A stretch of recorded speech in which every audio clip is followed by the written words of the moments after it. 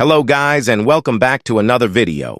In today's video, I will show you how to turn on live captions on your iPhone. So if you want real-time captions while watching videos or listening to audio, then this tutorial will help you out.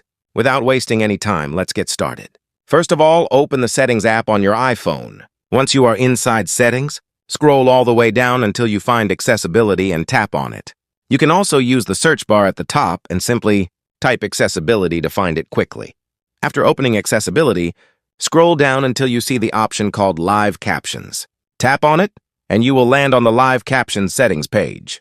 Now all you need to do is toggle on the option called Live Captions. Once enabled, your iPhone will start showing captions automatically for supported audio and videos. You can also customize the caption style and appearance according to your preference from the same settings page. And that's basically it.